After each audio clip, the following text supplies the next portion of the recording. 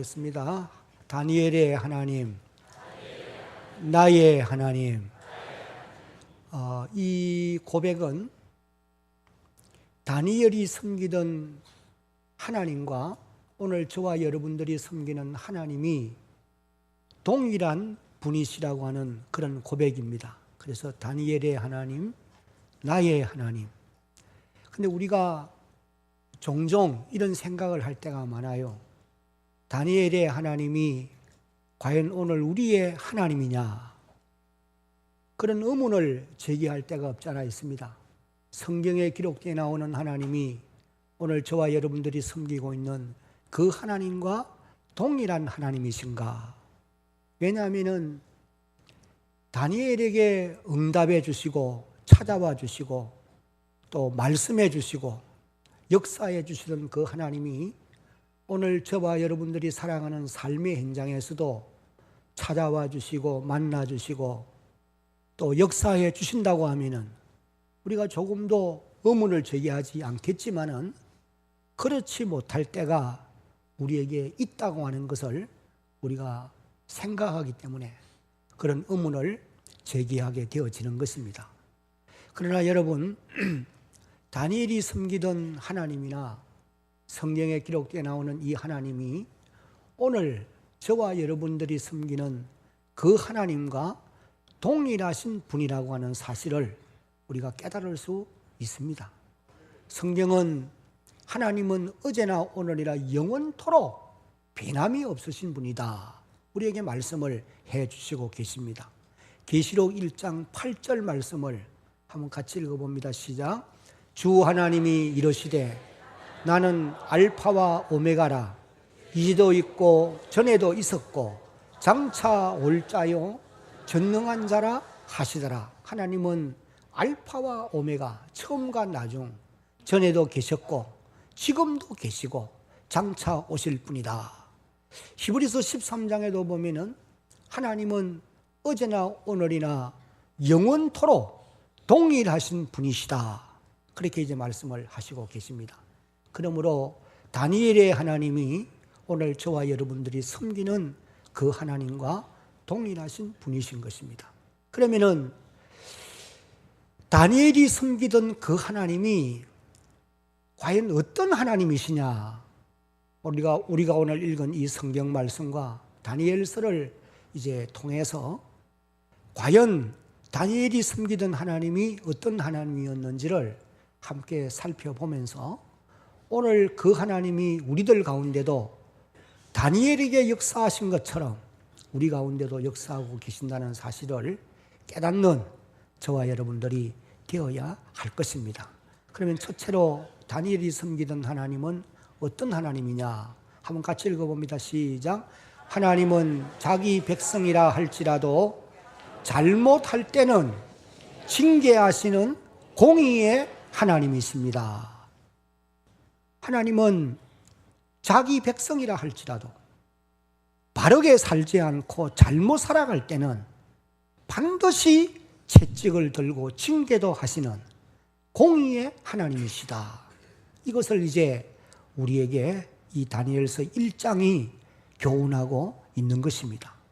우리가 읽지는 않았습니다마는 다니엘 1장 1절 2절을 한번 보면은 유다 왕 여호야김이 다스린 지 3년이 되는 해에 바벨론 왕 느부갓네살이 예루살렘에 이르러 성을 에워쌌더니 이제 이 말씀이 바벨론이 3차 공격을 했는데 1차 침략을 했을 때의 상황을 기록한 말씀입니다.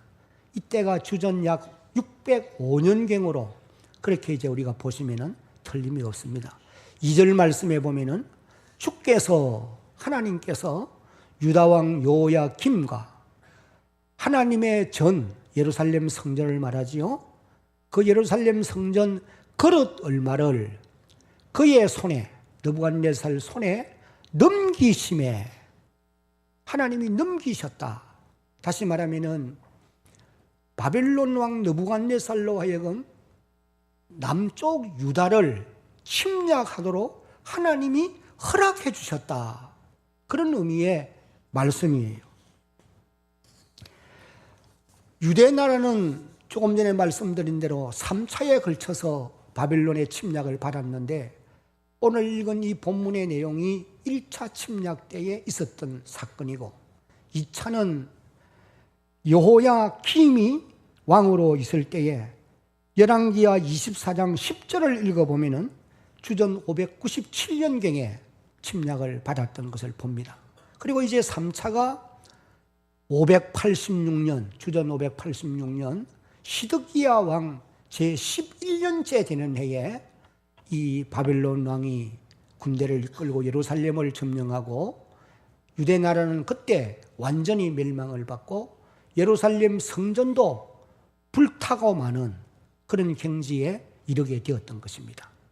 오늘 여기 성경에 기록되어 나오는 이 다니엘과 하나냐, 미사엘, 아사랴 이 네 청년이 포로가 된 때가 바로 1차 때에 포로가 되었다. 그렇게 이제 보시면 되는 것입니다.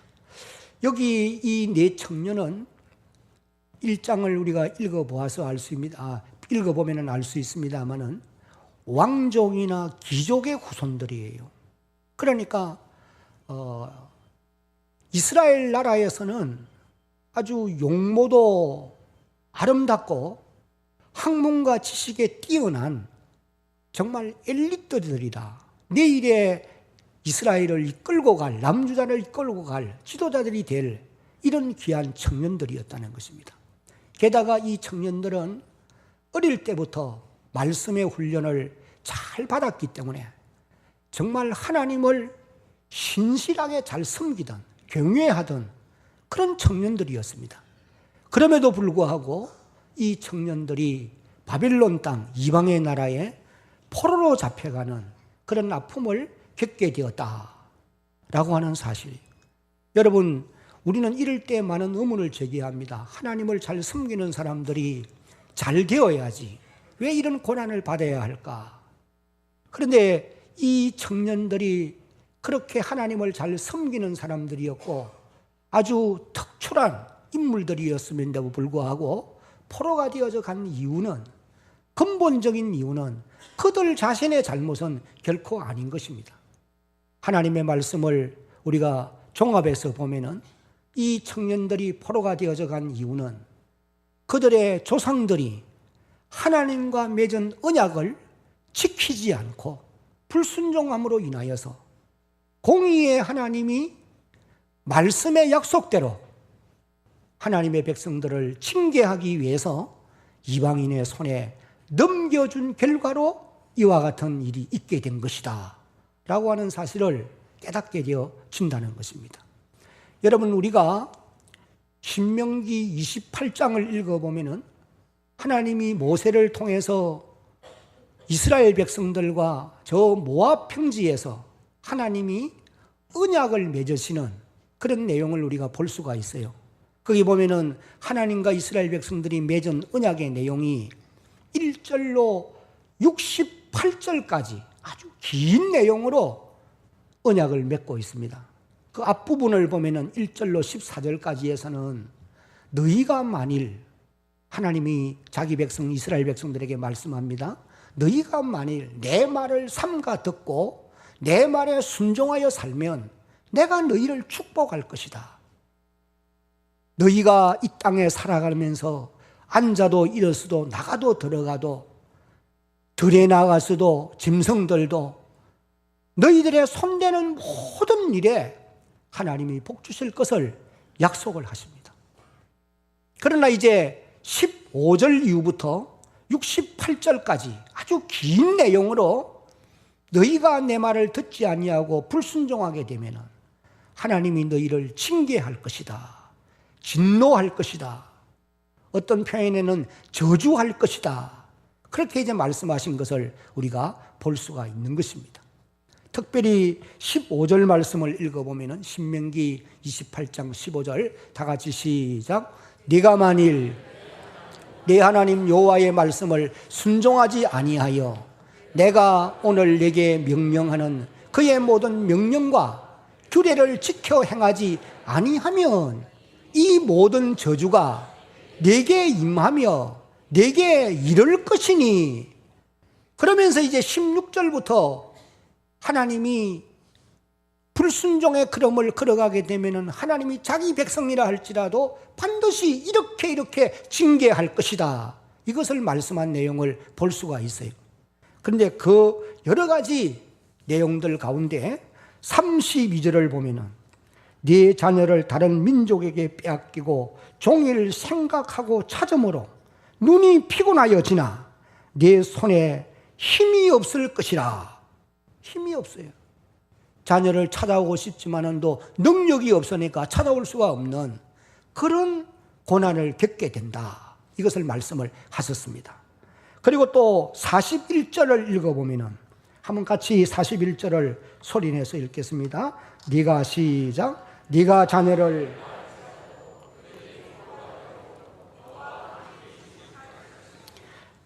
낳을지라도 그들이 포로가 되므로 너와 함께 있지 못할 것이며 하나님이 말씀을 하셨어요. 하나님은 약속에 신실하신 분입니다. 한번 언약을 맺으면은 사람들은 언약을 잊어버리고 지키지 않을 때가 많지만은 하나님은 반드시 언약하신 대로 역사하시고 반드시 그 언약을 지켜 이루시는 그런 하나님이세요. 그래서 하나님을 일컬어 공의의 하나님이시라. 그렇게 이제 우리가 표현을 하는 것입니다. 하나님은 불공평하신 분이 아니에요.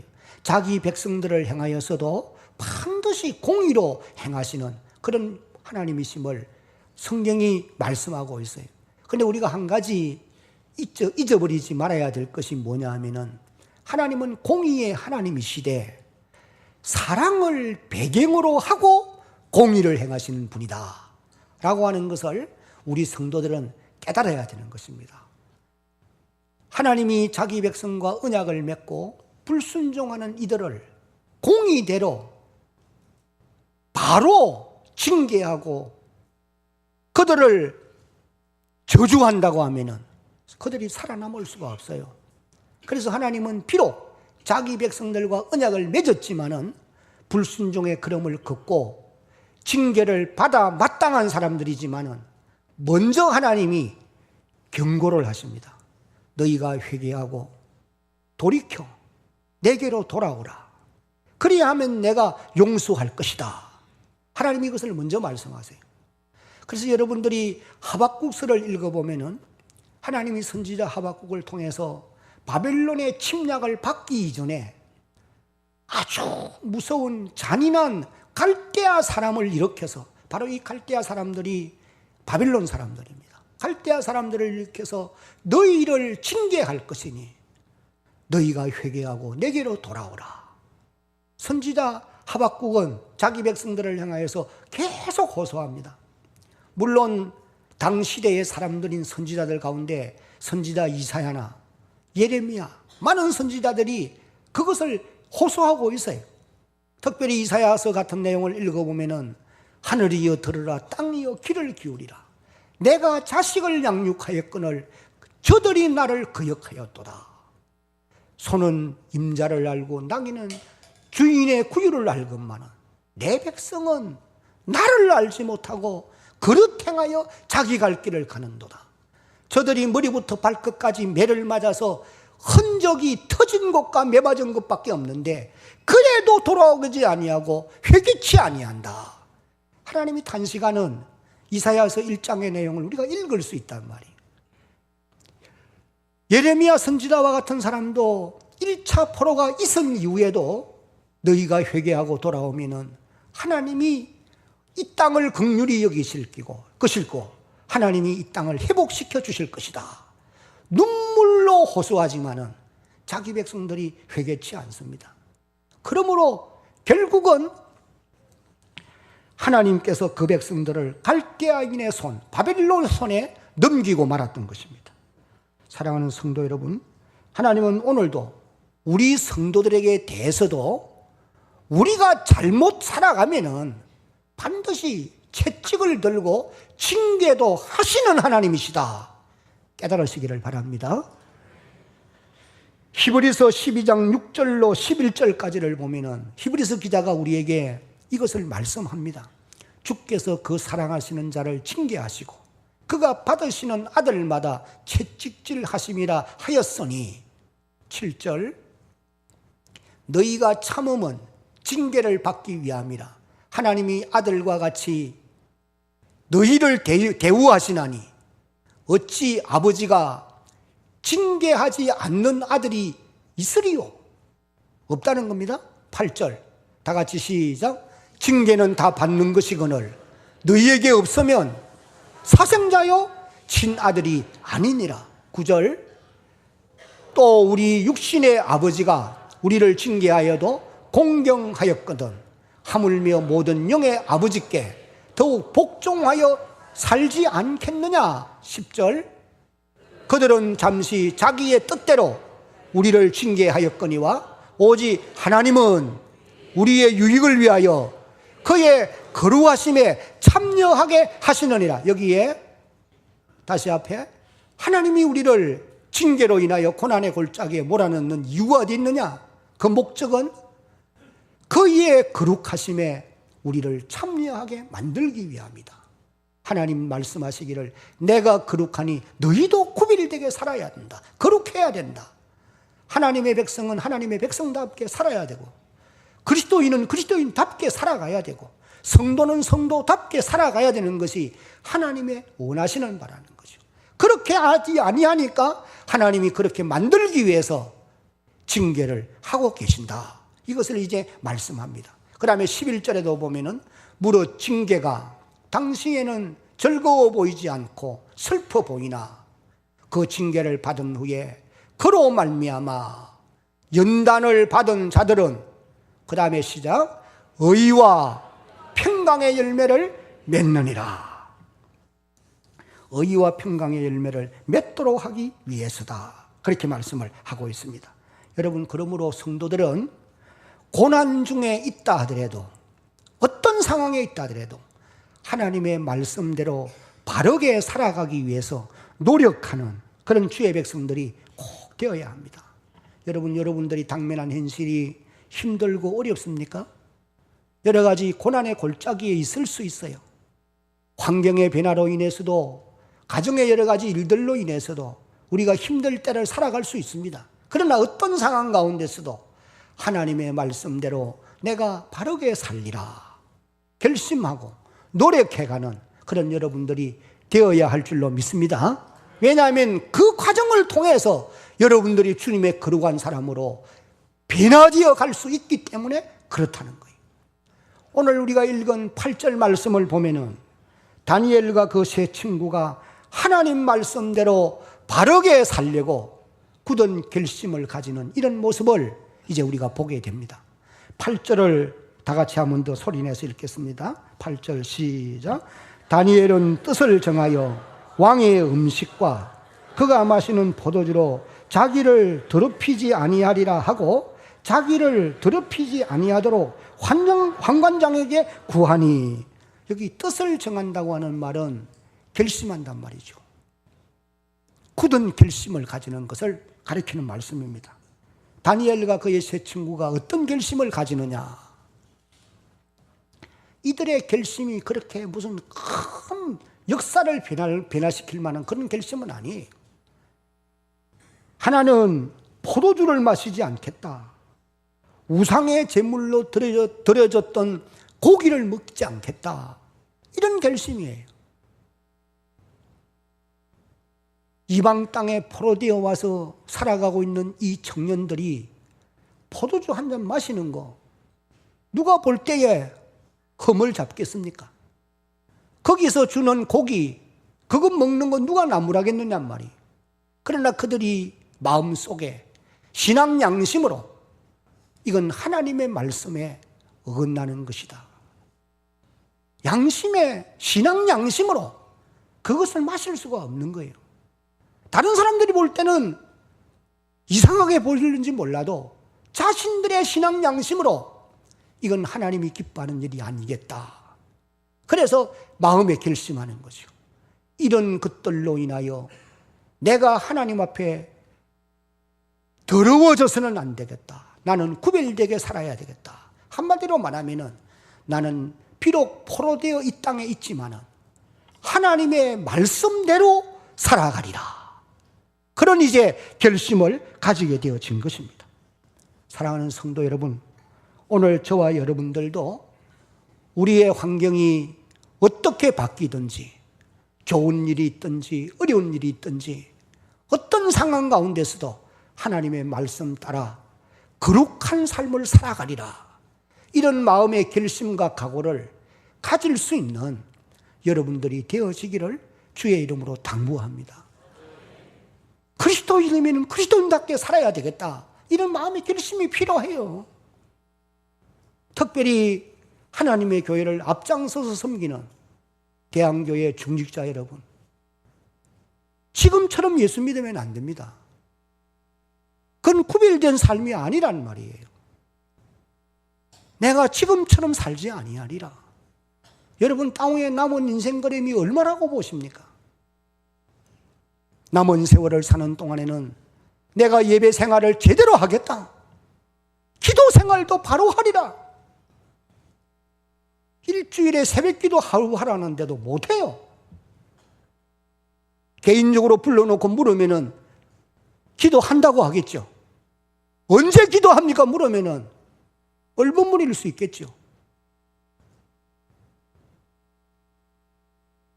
지금처럼 그렇게 하면 안 된다는 거예요. 하나님의 교회를 위하여, 주의 나라를 위해서 여러분의 몸으로 섬기는 일, 지금처럼 하면 안 된다는 거예요. 물론 열심을 다하여 충성하는 분들도 많이 계십니다. 저는 요사이 참 감사한 것이 우리 교회에 기도하는 분들이 많아지고 가고 있다고 하는 사실, 정말 하나님께 영광 돌리지 않을 수 없는 일이에요. 새벽에 나오면은 이곳에서 올려드리는 기도의 소리가 하늘을 움직이는 그런 놀라운 역사를 하나님이 우리에게 베풀어 주고 있어요. 여러분, 주의를 지키는 일도 적당하게 가지 마십시오. 우선적으로 우리가 해야 될 일이 뭐냐는 말이에요. 다른 바쁜 일들 다 하고 예배 드리렵니까? 그러면 안 되죠.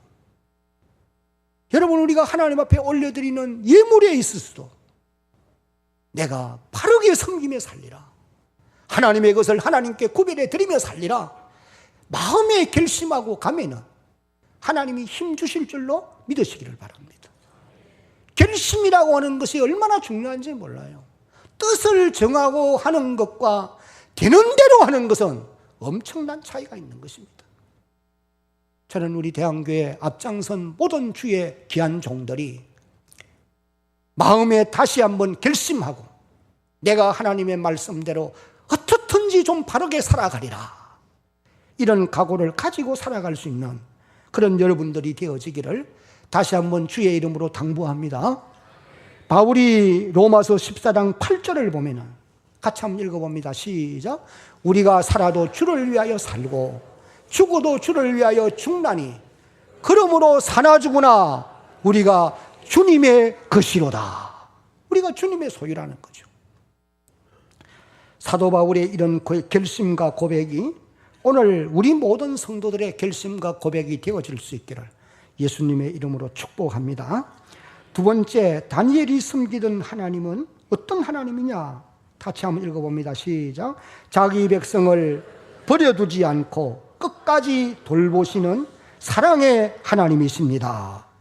하나님은 다니엘과 그 세 친구가 바빌론 땅에 포로되어 있지만은 그냥 내팽개치지 않았어요. 그들을 만나시고 그들을 돌아보시고 그들을 사랑해 주셨다는 겁니다. 하나님이 어떤 방법으로 돌아보셨느냐? 첫째는 같이 한번 읽어봅니다. 시작. 하나님이 다니엘에게 은혜와 긍휼을 베풀어 주었습니다. 여기 9절 말씀을 다시 한번 우리 소리내서 읽습니다. 하나님이 시작. 하나님이 다니엘로 하여금 환관장에게 은혜와 긍휼을 얻게 하신지라. 여기 하나님이 환관장에게 은혜와 긍휼을 얻을 수 있도록 하셨다. 이 말씀은 환관장 아스브나스가 이 청년들을 예루살렘에서 포로로 끌고 온 사람들이에요. 하나님이 그 아소부나서의 마음을 감동해서 이 네 청년들을 불쌍히 여길 마음을 갖게 해주셨고, 그들에게 은혜를 베풀 수 있는 그런 마음을 하나님이 그 마음을 주장해 주셨다. 그런 말씀으로 우리가 보시면 돼요. 여러분, 이런 현상이 성경에 여러 곳에 있는데 창세기 39장에 가서 보면은 하나님이 요셉을 행하여서 그런 은총을 입게 하신 것을 우리가 볼 수 있습니다. 요셉이 죄가 없이 감옥에 들어갔잖아요. 그런데 그 감옥을 지키는 간수장이 요셉에게 은혜를 베풀어요. 왜 그렇게 하느냐? 하나님이 간수장의 마음을 감동해서 요셉으로 하여금 그 간수장을 통해서 은혜를 받게 하신 그런 놀라운 역사가 일어났던 것입니다. 창세기 39장 21절에 이 말씀도 한번 읽어봅니다. 시작.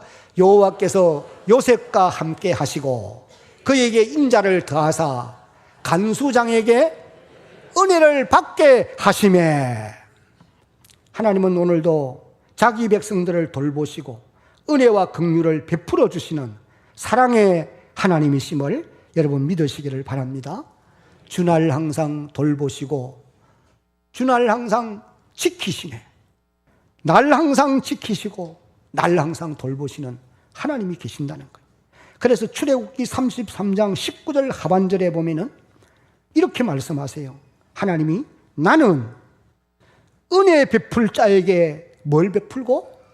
은혜를 베풀고 긍휼히 여길 자에게 긍휼을 베푸느니라. 하나님은 오늘도 은혜 베풀 자에게 은혜를 베푸시는 하나님이시다. 저와 여러분들에게도 하나님이 은혜를 베푸심으로 우리를 돌보시고 계시는 것을 믿어야 합니다. 그 다음에 하나님이 어떤 방법으로 포로되어 있는 이들을 돌보셨느냐? 두 번째는 다 같이 한번 읽어봅니다. 시작. 그 청년들의 얼굴이 더 아름답고 더 윤택하게 해 주었습니다. 14절과 15절에 보면은 그가 그들의 말을 따라 열흘 동안 시험하더니 15절 같이 읽습니다. 열흘 후에 그들의 얼굴이 더욱 아름답고 살이 더욱 윤택하여 왕의 음식을 먹는 다른 소년들보다 더 좋아 보였는지라. 이 70인 번역에 보면은 15절을 이렇게 번역해요. 열흘 후에 그들의 얼굴이 아름답게 보이고 그들의 체질도 왕의 진미를 먹는 다른 소년들보다도 더 좋았더라. 그렇게 기록했습니다. 여러분, 이런 현상은 우리가 잘 이해가 안 되는 부분이에요. 한번 생각해 보십시오. 고기를 적당하게 먹어요. 고기를 먹어야 얼굴에 윤기가 나게 되어 있습니다. 하나님이 고기도 먹으라고 그랬으니까. 그런데 고기를 먹는 사람들보다도 고기를 아예 안 먹고 채소만 먹는데도 얼굴이 윤기가 나고 체질이 더 건강해 보였다. 이건 우리의 상식으로는 맞지 않는 말이에요. 그런데 이런 결과가 오게 되었다는 거예요. 이것이 하나님의 돌보심인 줄로 여러분 믿으시기 바랍니다. 우리 교회 군사님 한 분이 제가 볼 때는 그래요. 새벽에도 낮에도 하여간 많은 시간을 들여서 앞장서서 섬겨요. 어른들을 돌아보는 일이나. 그래서 제가 너무 감사하기도 해서 힘들지 않느냐 물어요. 그래 그분이 하는 말씀이 자기는 너무 즐겁다는 거죠. 왜?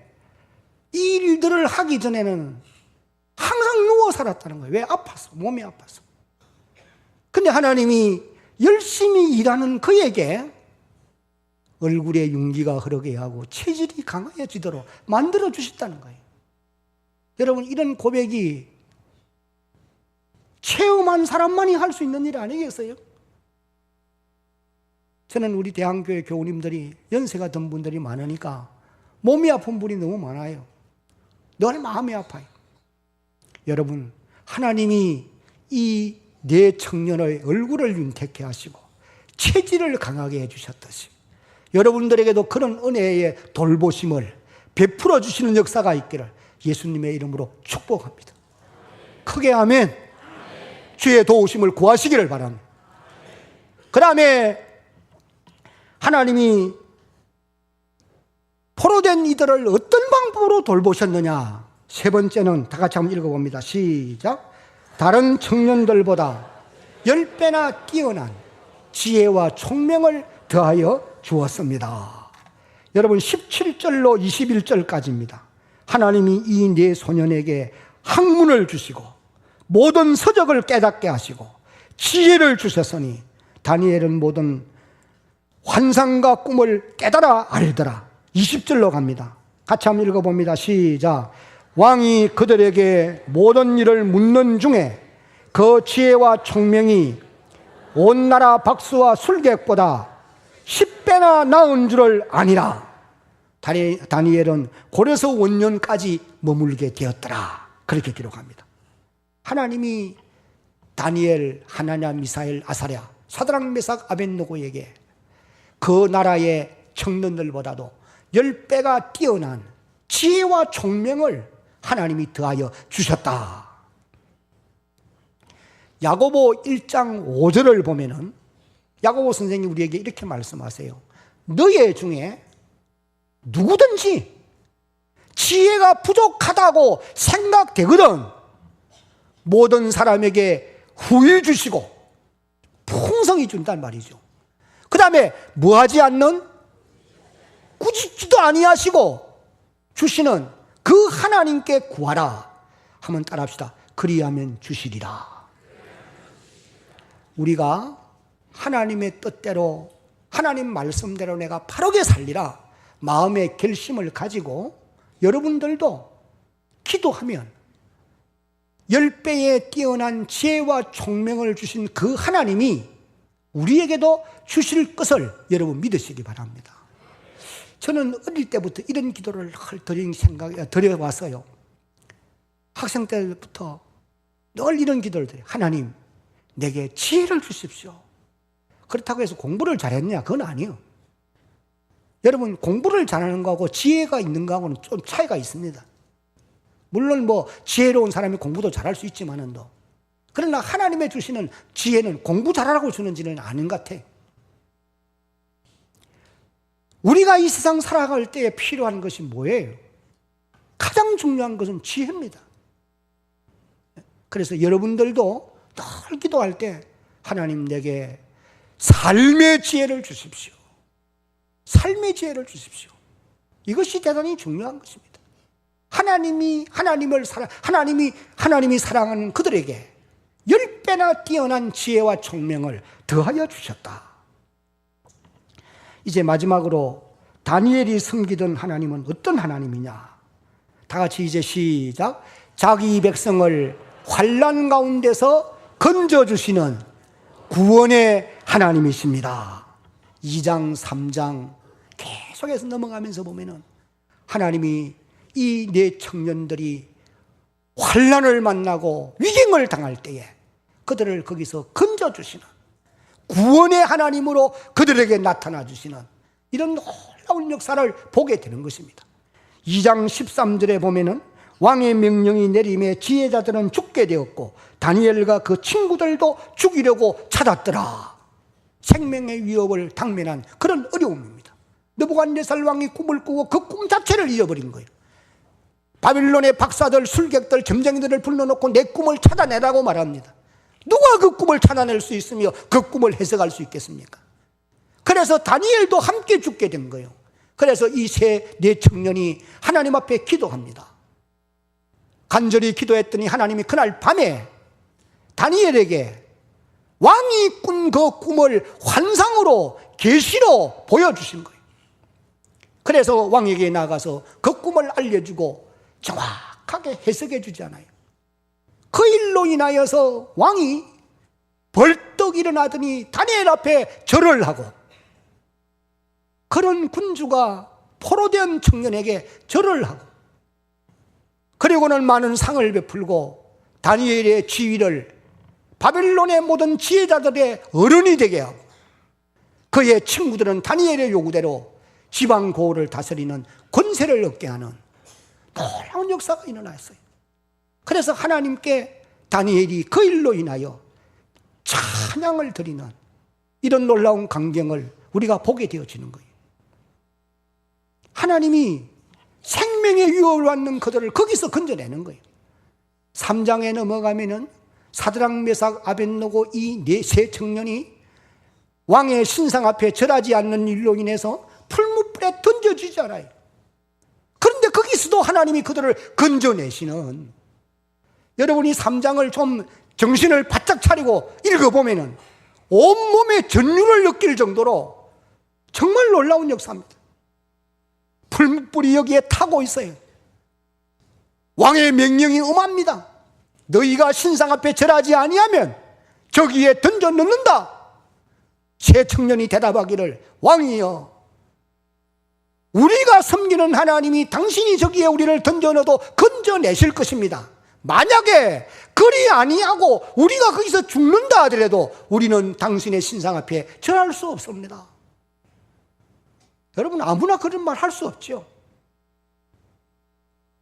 하나님께서 던져진 그들을 건져내시는 거예요. 하나님의 천사 사자가 그에게 와서 세 사람을 던졌는데 네 사람이 불꽃 가운데 다니고 있단 말이죠. 느부갓네살이 풀무불 입구로 달려가서 지극히 높으신 하나님의 종 사드락 메삭 아벳느고야, 거기서 나와 내게로 오라. 나왔습니다. 옷이 탄 것도 없고 살이 타전 적도 없고 머리카락 하나도 거슬린 적도 없고 불탄 냄새도 없더라. 그 일로 인해서 하나님의 영광이 높이 드러난 이런 역사를 우리가 보게 되어지는 것입니다. 하나님은 오늘도 자기 백성들을 환난 가운데서 건져주시는 구원의 하나님이심을 여러분 믿으시기를 바랍니다. 다니엘이 사자굴에 들어가지만은도 하나님이 그를 거기서도 건져내세요. 다니엘의 하나님이 오늘 우리가 섬기는 그 하나님이심을 다시 한번 우리가 기억하고, 우리가 이 시간 꼭 기억해야 될 것은 오늘의 그 하나님이 어떤 사람을 찾고 계시느냐, 하나님의 역사를 이루어갈, 하나님이 도구로 쓰실 오늘의 다니엘과 오늘의 사드락 메삭 아벳느고를 지금도 찾고 계신다. 찾으시는 사드락과 메삭과 아벳느고, 다니엘, 그런 사람들이 바로 오늘 저와 여러분들이 되어져 갈 수 있기를 예수님의 이름으로 축복합니다.